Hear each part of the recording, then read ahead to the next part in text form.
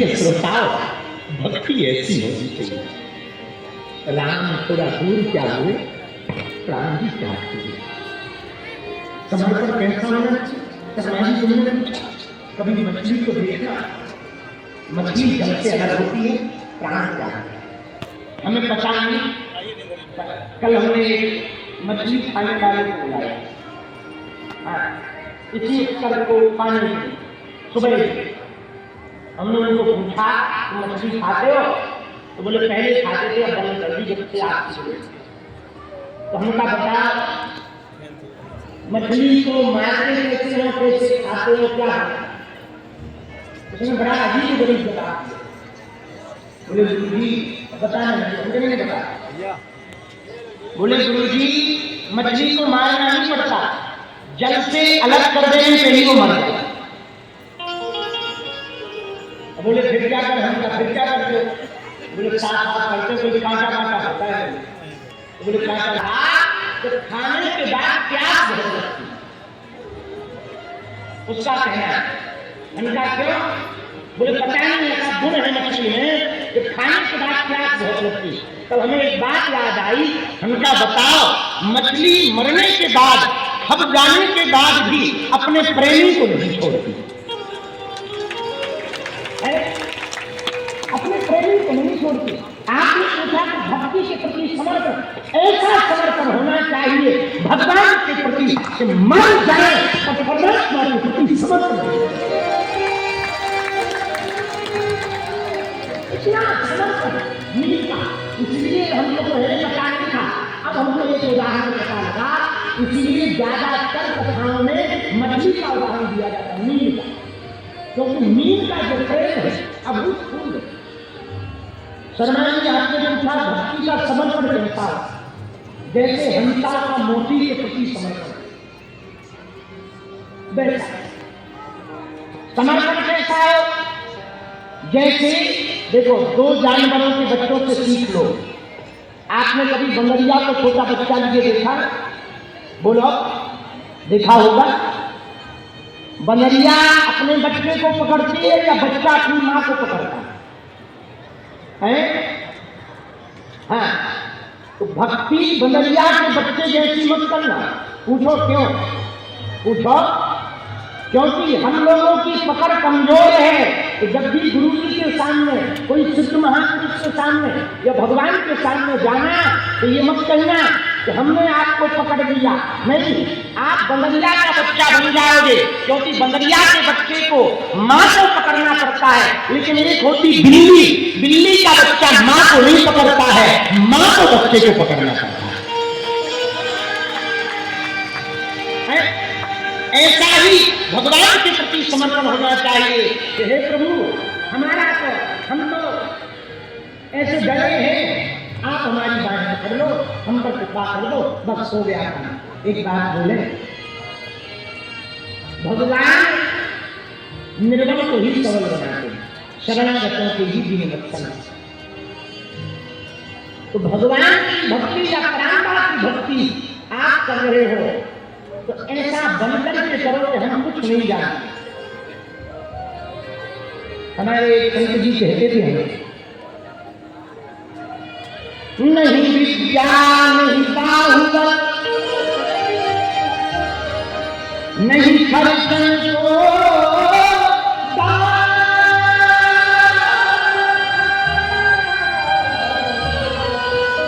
मोसे पति अपंगी की तुम पति राखो।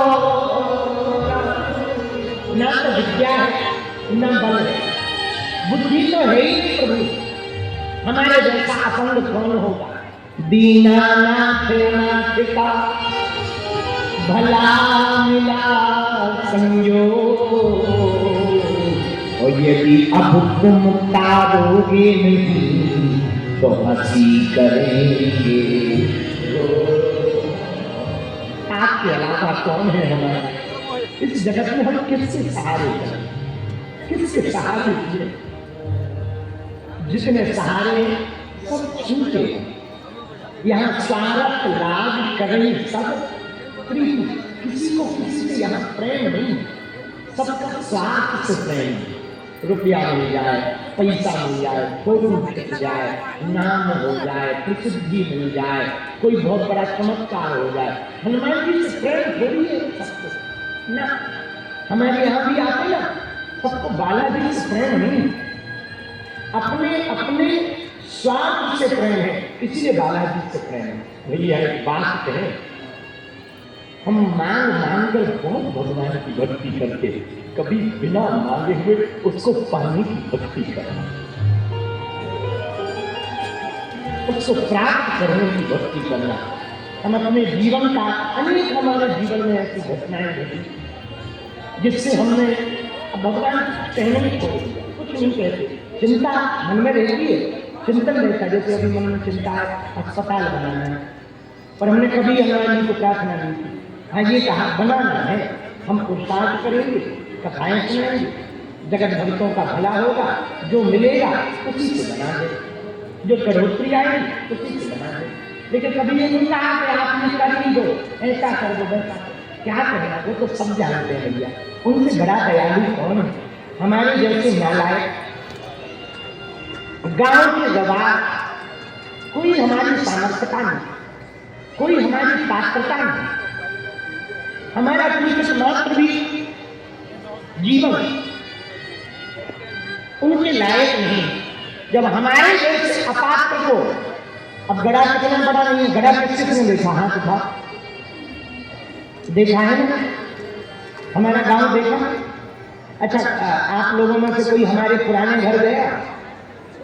बहुत लोग गए हैं, जहाँ हमारी माता जी रहती थी, छोटी सी झोपड़ी है, उसी घर से यहाँ तक हम पैदल आते थे रोज। दादाजी यहीं, जहाँ हमारी अभी कुटिया बनी साधना की, वहीं बगल में गुरु जी की कुटिया है, दादाजी रोज मिठाई के चक्कर में आते थे, चौकी के चक्कर में। दादाजी के पास मिठाई चढ़ती थी, कोई जगत भगत आ जाता था, मिठाई चढ़ा देता था। हमारी हालत खस्ता थी, घर पे भोजन रहते नहीं तो मिठाई के चक्कर में आते थे। हमें क्या पता था कि ऐसी मिठाई खाएंगे तो यहीं के हो जाएंगे।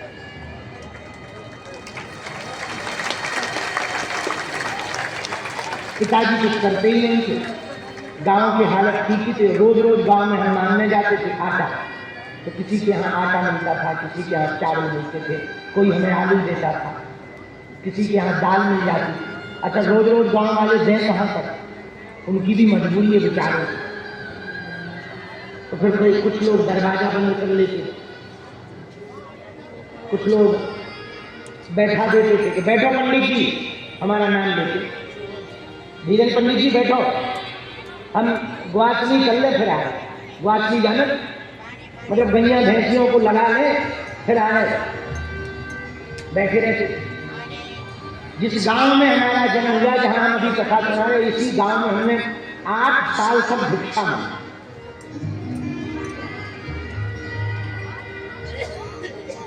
2010 तक भिक्षा मांगी।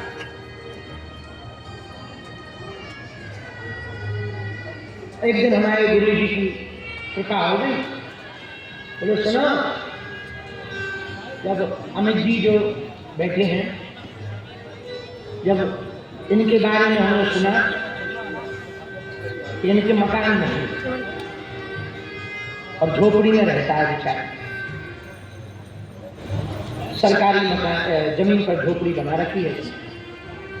तो हमको जब ये खबर लगी तो हमने तो इसको इसीलिए बुलाया क्योंकि मकान हमको भी नहीं था, हमने दूसरे देश में। जब बरसात होती थी ना तो हमारी माता जी पलंग के नीचे हम लोगों को छिपा देती ताकि गीले ना। तो माता जी और पिताजी पलंग के ऊपर रहते थे, वो गीले होते रहते थे, हम लोग नीचे रहते थे। भैया एक बात कहें, हनुमान जी जैसा कोई दूसरा दयालु नहीं है दुनिया।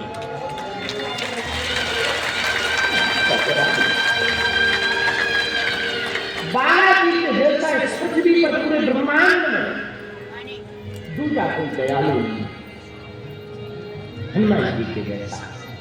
और दुनिया से आशा मत करें, हमने बहुत किया, आज हम एक बात और कहना चाह रहे, ये बात हमको कहनी नहीं चाहिए।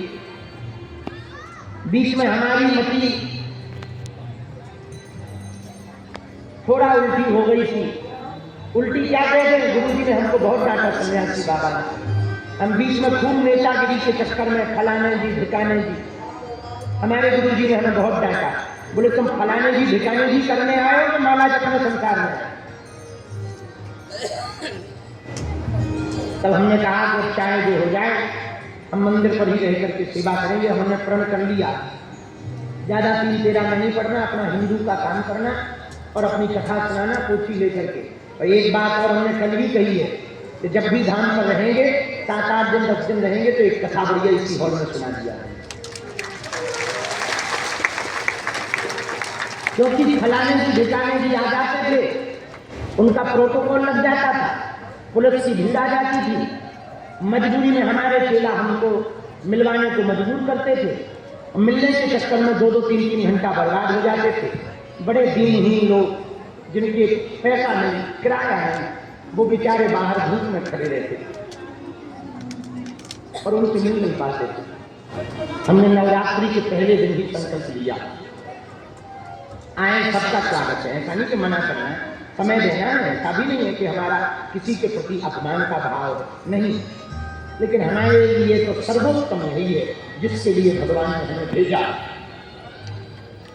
जिन लोगों के लिए जिनके पास पैसा है उनके तो हजारों गुरु हैं, उनका कौन है जिनके पास कोई रुपया नहीं, जो बड़े मंचों पे नहीं बैठते, जिनका कोई बड़ा कद नहीं है, उनका कौन है। और जितना फलाने जी ढिकाने जी में 2-2 घंटा बर्बाद होते उतने में कम से कम 200 लोगों का भला होना है, उनको रास्ता मिल जाए। बढ़िया भजन